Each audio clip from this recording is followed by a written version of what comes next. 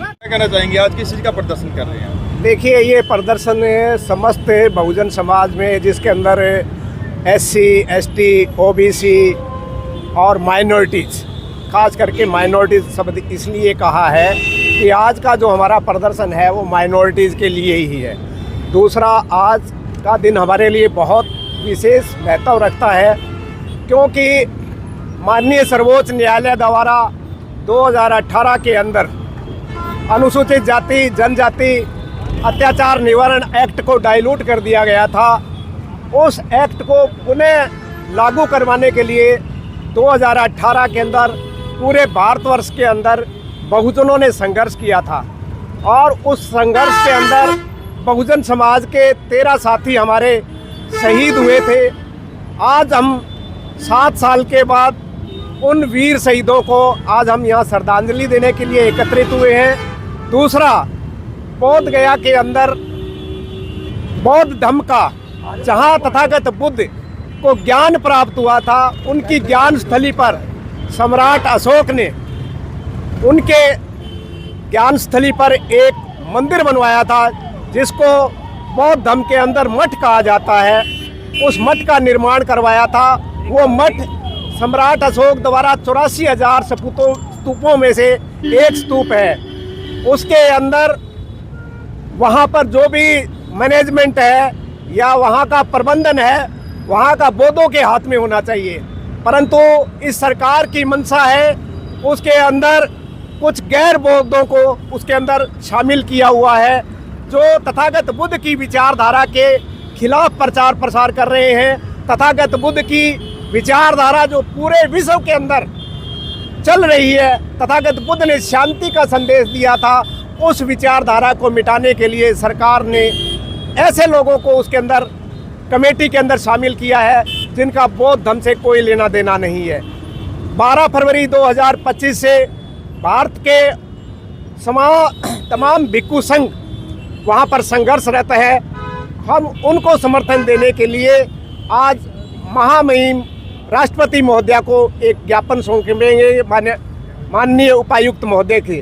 इसलिए आज का ये धरना और प्रदर्शन रखा हुआ है। हम यहाँ पर सारे लोग एकत्रित होकर के एक शांति मार्च के रूप के अंदर हम इकट्ठे होकर के लाइनबद्ध पंक्तिबद्ध होकर के हम जो है जाएंगे और माननीय उपायुक्त महोदय को ज्ञापन देंगे और मांग करेंगे कि जो बोध गया के अंदर बौद्ध टेम्पल है उसको गैर बौद्धों से मुक्त कराया जाए। मैं यहाँ मीडिया को ये अवगत कराना चाहता हूँ कि बिहार सरकार ने भारत का संविधान लागू होने से पहले एक एक्ट बनाया था जिसको बौद्ध टेम्पल एक्ट के नाम से 1949 के नाम से कहा जाता है। उस एक्ट के अंतर्गत उन्होंने गैर बौद्धों को उसके अंदर शामिल करके एक संविधान के विरुद्ध कार्य किया है। आप जानते हैं कि सिख धर्म के अंदर वहाँ पर जितने भी सिख भाई हैं वो पूजा करते हैं या वो मैनेजमेंट कमेटी के अंदर होते हैं।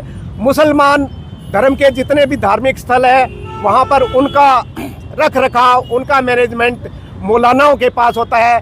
चर्च के लिए पादरी नियुक्त होते हैं, वो पादरी करते हैं। और हिंदू धर्म के लिए हमारे जो हिंदू भाई पुजारी होते हैं वही उसका देख रेख करते हैं।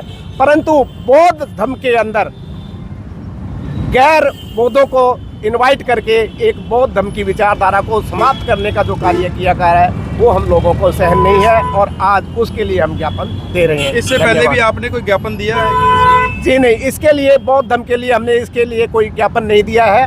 हम लोग 12 मई को वहाँ पर एक बहुत बड़ा विशाल प्रदर्शन होने जा रहा है। हम लोग सरसा से वहाँ पर काफ़ी मात्रा के अंदर वहाँ पर लोग जाएंगे। उसके अंदर पूरी मुहिम कर रहे हैं। वहाँ बोध गया हम लोग बहुत जा रहे हैं। नरेंद्र मोदी जी जो है वो कहते हैं बेटी बचाओ बेटी पढ़ाओ। बेटियों पर ऐसे ऐसे अत्याचार हो रही है कि कहीं भी कपड़े फाड़ दो उसकी वो नहीं है, बलात्कार नहीं है, कुछ भी महिलाओं के साथ छेड़छाड़ बलात्कार नहीं है। ये वो तो ये क्या चरित्र है इनका? महिलाओं को क्या बेटी बचाओ बेटी पढ़ाओ का नारा दे रहे हैं। ये बेटी बच रही है, बेटियों के साथ अत्याचार हो रहे हैं, कोई अच्छी बात है? तो हमें लेडीज भी बहुत जाएंगी वहाँ बोध गया में। बस इतना ही कहूँगी मैं। जय भीम। तो कहाँ तक संघर्ष आपका रहेगा? आज आपने ज्ञापन देना है, आगे क्या कुछ रहेगा? बोध गया जाएंगे हम लोग, बहुत इकट्ठे हो गए। जी हाँ जी। तो आगे वो हमारे बोध गया में जो बौद्ध मठ है वो उनके हमारे बुद्धिस्ट जो है उनके हवाले करने के निर्देश कोशिश कर रहे हैं हमें। तो इतना ही क्या कहूँगी। आने वाले समय में बड़े स्तर पर भी प्रदर्शन होगा? हाँ जी, हाँ सरकार जी, नहीं मानेगी? हाँ जी, हाँ जी।